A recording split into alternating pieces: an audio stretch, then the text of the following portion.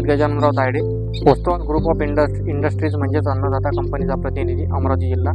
तर आपल्यासोबत शेतकरी जोडलेले आहेत ज्यांनी आपल्या स्वतःच्या शेतीकरता आपलं झिंकेटेड 20-013 तसेच जिबो वापरलेला आहे. तर आपण त्यांच्याकडूनच जाणून घेऊया त्यांचे मत याच्याबद्दल, का की त्यांना काय नेमकं वेगळं जाणवलेलं आहे. नमस्कार, तुमचं नाव आणि पत्ता सांगा. नमस्कार, मी अजय वानखडे, पिंपरी सुगाव, तालुका चांदूर बाजार, जिल्हा अमरावती.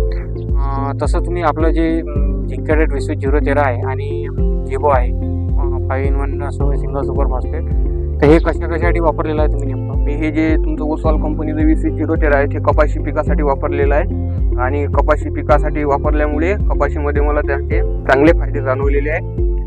कपाशीची वाढ पण चांगली झाली आणि हिरवेगारपणा कपाशीमध्ये चांगला राहिलेला आहे.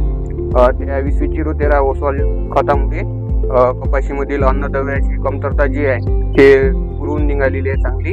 आणि फवारणीचा पण खर्च कमी आलेला आहे. फवारणी कमी झालेली आहे खतामुळे. चांगले रिझल्ट जाणवले आहे कपाशीमध्ये.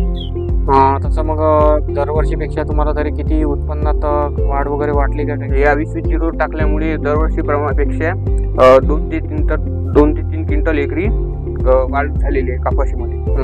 तसेच आपलं जे जिबो आहे ते तुम्ही तुमच्या संत्र्यासाठी वापरलेलं आहे, तर त्यात नेमका काय फरक? जिबो हे संत्र्यासाठी वापरलेला आहे आणि संत्र्याची पत्ती हिरवी राहिलेली आहे आणि संत्र्याची क्वालिटी पण चांगली राहिलेली आहे हे जिबो खतामुळे.